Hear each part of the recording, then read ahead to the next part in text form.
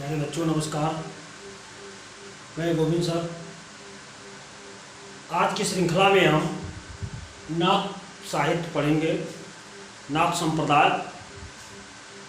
TGT, PGT और junior शिक्षक भर्ती का कोर्स इस समय हम आप लोगों को पढ़ा रहे हैं, जिसमें हम सिद्ध जैन के बारे में चर्चा कर चुके हैं। आज हम लोग पढ़ेंगे आदिकाल नाथ संप्रदाय। आप लोग इस वीडियो को पूरा देखिएगा और जो भी नाथ संप्रदाय के बारे में बताया जा रहा है उसको ध्यान से सुनिएगा। पहले तो ध्यान देते हैं कि नाथ संप्रदाय की प्रवर्तक कौन है। तो नाथ संप्रदाय के प्रवर्तक गोरखनाथ को माना जाता है। कुछ किताबों में मत्स्येंद्र नाथ को भी नाथ संप्रदाय का प्रवर्तक माना जाता है, लेकिन यदि देखा जाए तो नाथ संप्रदाय के प्रवर्तक गोरखनाथ ही हैं। क्यों? क्योंकि मत्स्येंद्र नाथ जो थे ये गोरखनाथ के गुरु थे और ये पहले कौल संप्रदाय में दीक्षित थे। किस संप्रदाय में? कौल संप्रदाय। इनकी एक पुस्तक है कौल ज्ञान निर्णय।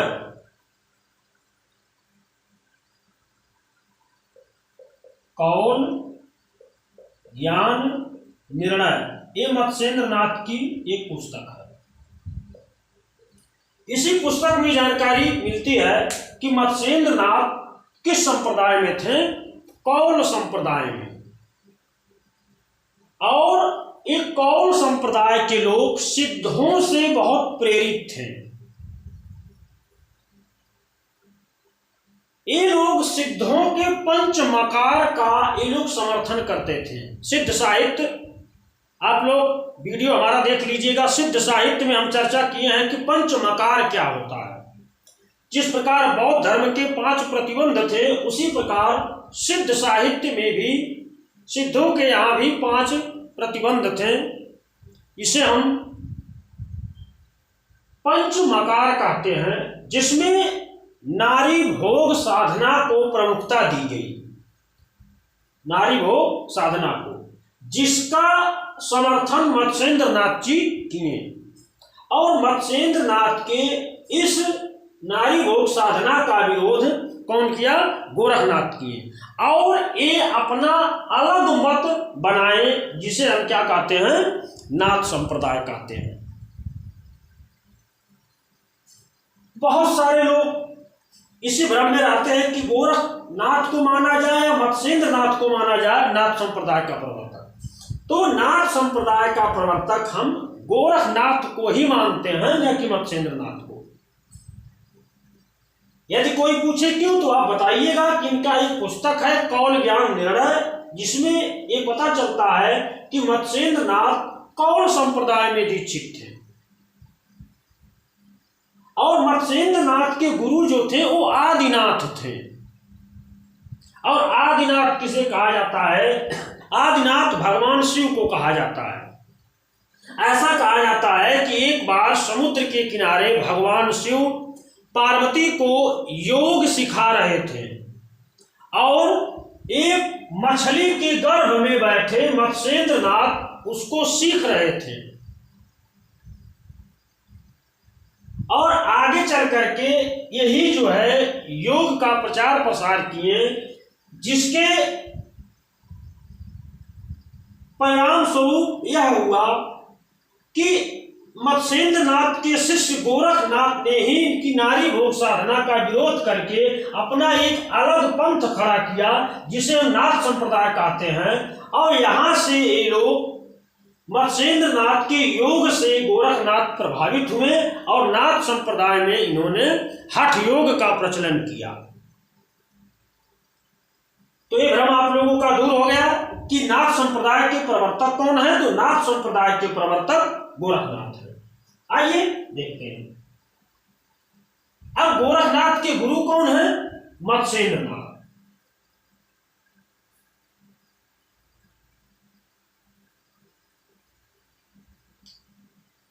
अब प्रश्न पूछता है कि नाथों की जानकारी का स्रोत क्या है। तो नाथों की जानकारी का स्रोत गोरखवाणी पुस्तक से मिलती है। किस पुस्तक से? गोरखवाणी। और इसके संपादक कौन थे? पीतांबर दत्त बर्थवाल। पीतांबर दत्त बर्थवाल ये गोरखवाणी का संपादन किए थे। और इसी गोरखवाणी पुस्तक से जो है नाथ संप्रदाय की जानकारी मिलती है। नाथों की संख्या जिस प्रकार सिद्धों की संख्या 84, जैनों की संख्या 24, उसी प्रकार नाथों की संख्या कितनी थी? 9। कितने नाथ थे? 9 नाथ। अब आइए इनका नाम देख लेते हैं 9 का। पहला गोरखनाथ,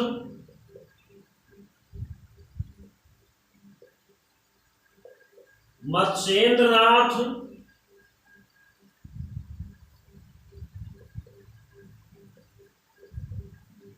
आदिनाथ,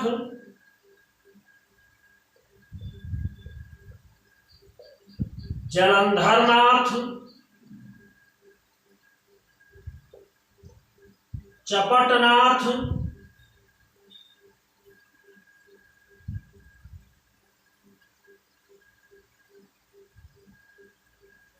चौरंगीनाथ, गहिरीनाथ, भर्तृनाथ और गोपी चंद। गोपीचंद नहीं, गोपीनाथ। ये 9 नाथ थे।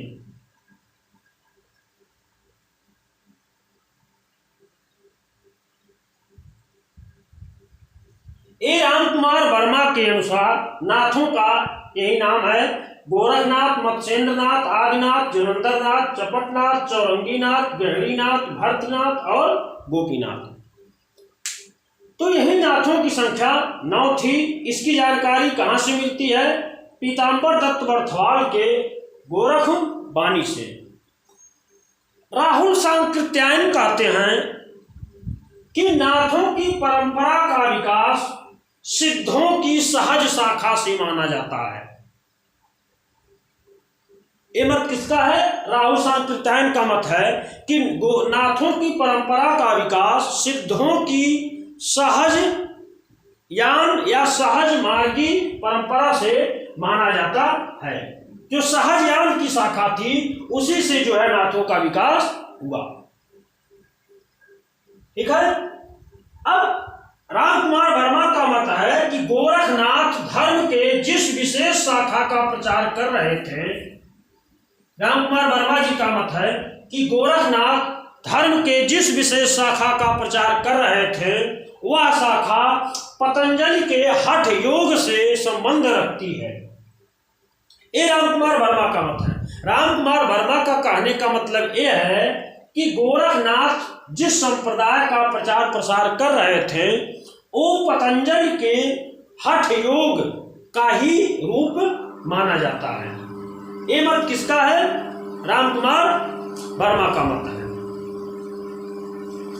आप आगे देखेंगे इस संप्रदाय के लोग कानों को चीर करके कुंडल धारण करते थे, जिस कारण इन्हें क्या कहा गया? कनफटे योगी। क्या कहा गया? कनफटे योगी। ये प्रश्न बार बार पूछा जाता है कि कनफटे योगी किसे कहा गया? तो नाथों को। क्यों? क्योंकि ये लोग अपने कानों को चीर करके कुंडल पहनते थे, इसलिए इन्हें क्या कहा गया? कनफटे योगी।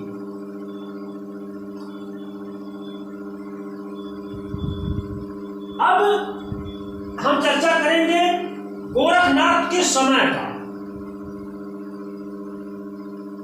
गोरखनाथ के समय का हम चर्चा करेंगे कि गोरखनाथ का समय क्या माना गया।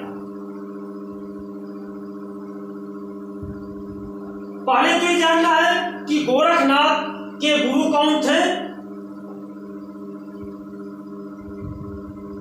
मत्स्येंद्रनाथ। अब गोरखनाथ के समय की बात कर ले तो राहुल सांकृत्यायन,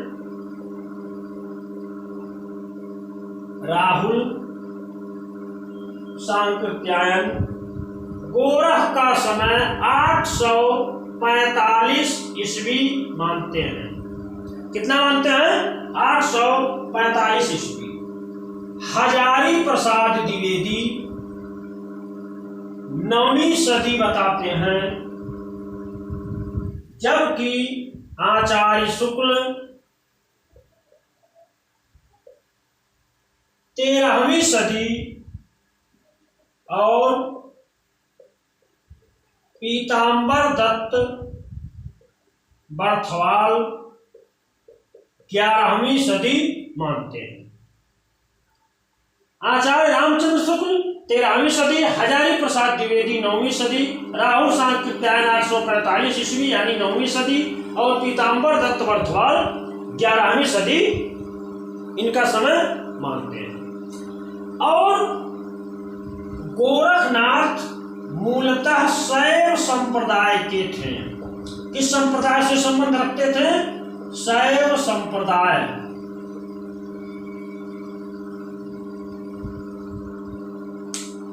किस संप्रदाय से संबंध रखते थे? शैव संप्रदाय से।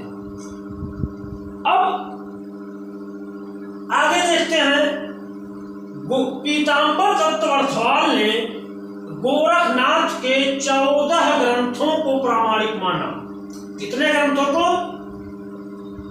14 ग्रंथों को।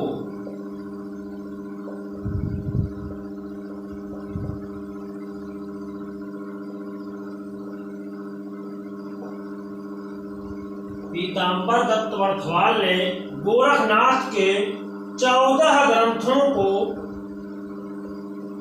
प्रामाणिक माना। यहां से भी प्रश्न पूछा जाता है कि पीताम्बर दत्त बर्थवाल ने गोरखनाथ की कितनी रचनाओं को प्रामाणिक माना, तो इन्होंने 14 ग्रंथों को जो है प्रामाणिक माना। और नाथों के यहां आप देखेंगे ईश्वर को ये लोग किस रूप में ग्रहण किए। जिस प्रकार सिद्धों ने निरीश्वरवादी शून्य की कल्पना की, लेकिन नाथों ने इस निरीश्वरवादी शून्य को ईश्वरवादी बताया। क्या बताया? ईश्वरवादी बताया। सिद्ध निरीश्वरवादी शून्य की बात करते थे, लेकिन नाथ ईश्वरवादी शून्य की कल्पना किए। ये ईश्वरवादी थे और सिद्ध निरीश्वरवादी थे। गोरखनाथ की रचनाओं में हठ योग, शून्य समाधि तथा कुंडलनी जागरण की चर्चा देखने को मिलती है। हठ योग, शून्य समाधि तथा कुंडलनी जागरण की चर्चा देखने को मिलती है। अब आइए हम लोग देखते हैं कि हठ योग क्या है। हठ योग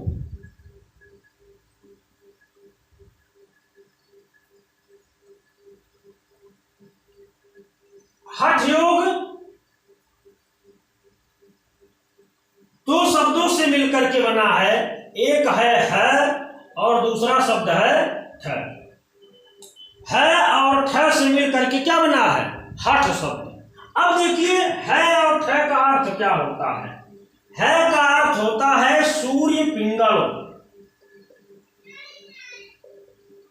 और ठ का अर्थ होता है चंद्र पिंगल, जिसे हम सूर्य नाड़ी और चंद्र नाड़ी भी कहते हैं।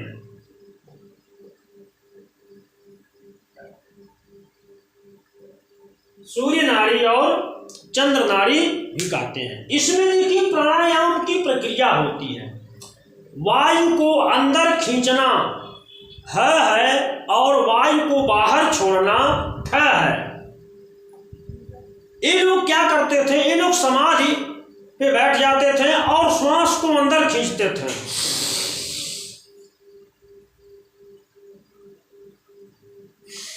और फिर उसी श्वास को ये बाहर छोड़ते थे। इसी प्रक्रिया को ये लोग निरंतर करते रहते थे, जिसे हम क्या कहते हैं, हठ योग, इसी को कहा जाता है। कबीर इसे इड़ा और पिंगला नाम देते हैं। कबीर ने इसे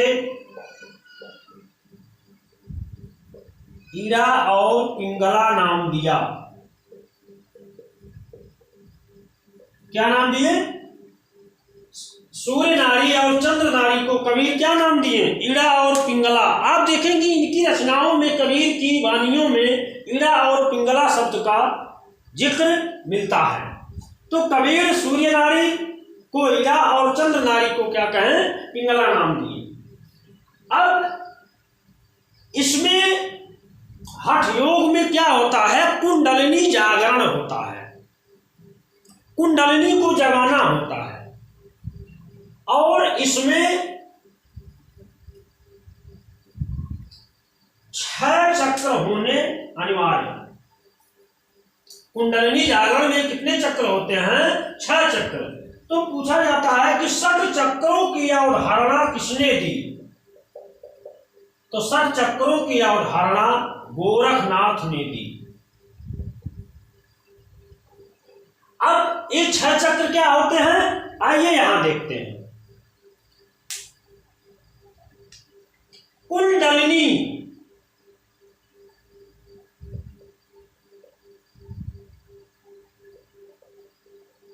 कुल शब्द जो है ये शरीर का प्रतीक है। कुंडलिनी में कुल शब्द किसका प्रतीक है? शरीर का। यह संधि स्थल जो नाक होता है, नासिका, इसे हम संधि स्थल कहते हैं और इसी संधि स्थल पर यह कुंडल हमारे बैठी रहती है। इसी का जागरण किया जाता है और इसी को ही हम क्या कहते हैं, कुंडलिनी जागरण। अब देखिए इसमें 6 चक्र होते हैं। पहला है मूलाधार, दूसरा है स्वादिष्ठान, तीसरा है अनाहत, चौथा मणिपुर, 5वां विशुद्ध और 6वां चक्र होता है आज्ञा चक्र। अब देखिए ये जो मूलाधार होता है, मूलाधार 4 कमल दल से मिलकर के बनता है। कितने कमल दल इसमें होते हैं? 4 कमल दल। जो स्वादिष्ठान होता है ये 6 कमल दलों के योग से बनता है। अनाहत 10 कमल दलों के योग से बनता है और मणिपुर 12 तथा विशुद्ध 14 और आज्ञा चक्र 16 कमल दलों के सहयोग से बनता है। अब देखिए ये लोग क्या करते थे, अपने प्राणवायु को नीचे से ऊपर की ओर ले जाते थे, नीचे से ऊपर की ओर। जब ये श्वास प्रश्वास की प्रक्रिया निरंतर करते थे तो इनकी प्राणवायु नीचे से ऊपर की ओर जाती थी और जब यह प्राणवायु ब्रह्मांड में यानी व्यक्ति के नाक के पास आकर के उसके खोपड़ी में जब पहुंचती है तो यह प्रक्रिया पूर्ण होती है और उसी का कुंडलिनी जागरण माना जाता है कि अब कुंडलिनी जागरण पूर्ण हुआ।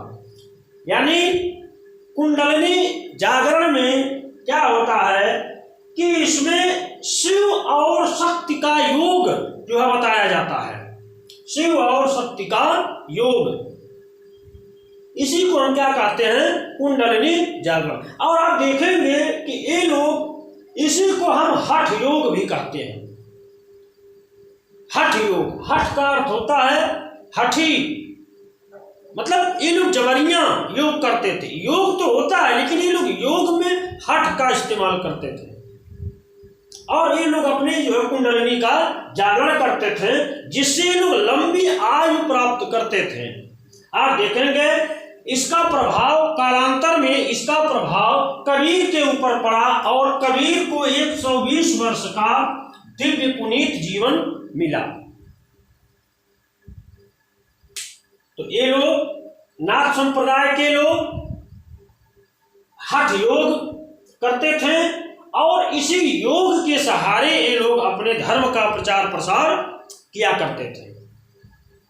आ गया समझ में कि हठ योग क्या है? तो हठ योग में जो है सूर्य पिंगल और चंद्र पिंगल जो दो नाड़ियां होती हैं, एक से श्वास खींचा जाता है, एक से श्वास छोड़ा जाता है और यह प्रक्रिया निरंतर चलती रहती है जो 6 चक्रों में पूरी होती है। और इसी को हम क्या कहते हैं? कुंडलिनी जागरण के माध्यम से हम लोग हठ योग को पूर्ण करते हैं। आइए आगे बढ़ते हैं।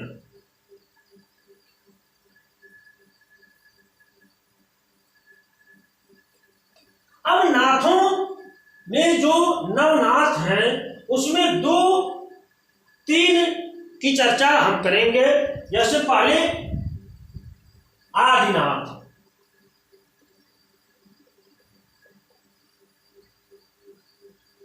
यहां से प्रश्न पूछा जाता है कि आदिनाथ कौन थे? तो आपको बताना होगा कि आदिनाथ भगवान शिव को कहा जाता है। किसको कहा जाता है? भगवान शिव से। यहां से सिर्फ इतना ही प्रश्न आता है। फिर अगला नाम है मत्स्येंद्र नाथ। मत्स्येंद्र नाथ।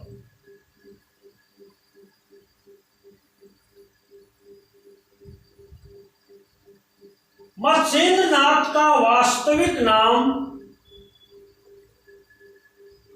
विष्णु शर्मा था। क्या था? विष्णु शर्मा। इनके गुरु आदिनाथ थे। कौन थे इनके गुरु? आदिनाथ। इनकी पुस्तक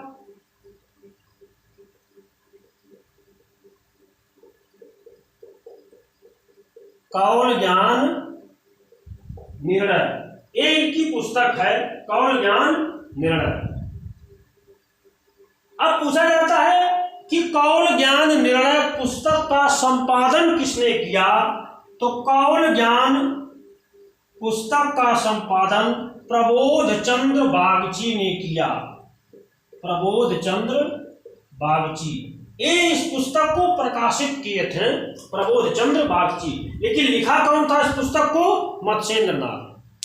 यहां से प्रश्न खूब पूछा जाता है कि कौल ज्ञान निर्णय जिस प्रकार गोरखवाणी का संपादन किसने किया?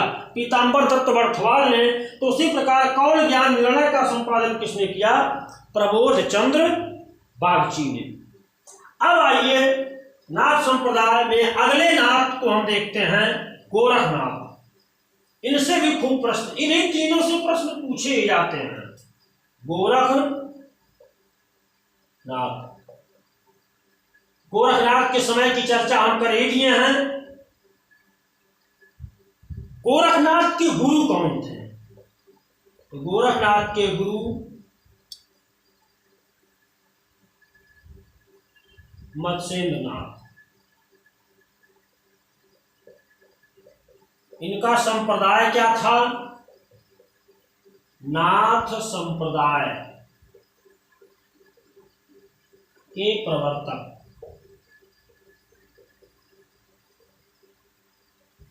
इनके गुरु मत्स्येंद्र नाथ और नाथ संप्रदाय के ये कौन थे? प्रवर्तक थे। नाथों का स्थान, नाथों का स्थान या सर्वाधिक संकेंद्रण तो आप कह सकते हैं पश्चिमी भारत, पंजाब आदि का क्षेत्र। अब इनकी रचना हम लोग देखते हैं। पहली रचना है गोरख शतक। गोरख शतक। दूसरी रचना है सिद्ध सिद्धांत पद्धति। सिद्ध सिद्धांत पद्धति ये गोरखनाथ की रचना है। इसी रचना में हठ योग का वर्णन मिलता है। हठ योग का वर्णन।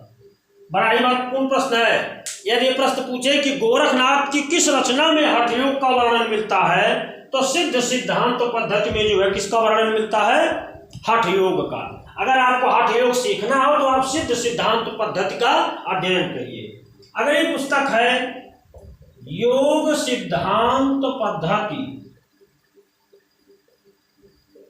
योग सिद्धांत पद्धति, फिर अगली रचना प्राण संकली,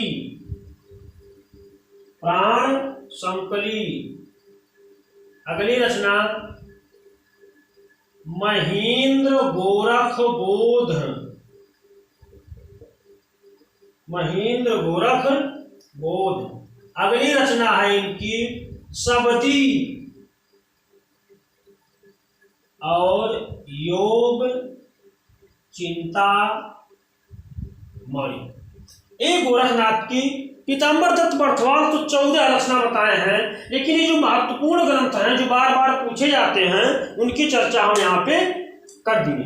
जैसे गोरख शतक, सिद्ध सिद्धांत पद्धति, योग सिद्धांत पद्धति, प्राण संकली, शबदी, योग चिंतामणि, ये सब ग्रंथ जो है निरंतर परीक्षाओं में पूछे जाते हैं।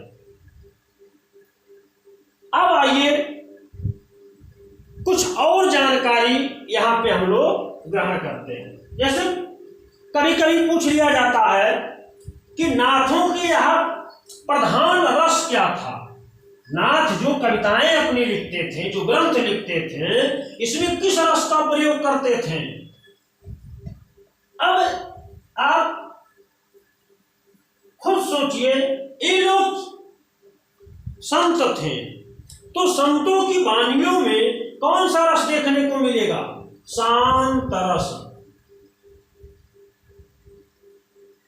जिस प्रकार सिद्ध नारी भोग साधना में विश्वास रखते थे, तो वहां कुछ श्रृंगार रस का भी प्रयोग मिलता है, लेकिन ये लोग नारी भोग साधना के विरुद्ध थे, इसलिए इनकी रचनाओं में कौन सा रस मिलता है? शांत रस की प्रधानता इनके यहाँ देखने को मिलती है। बात छंदों की अगर हम कर लेते हैं,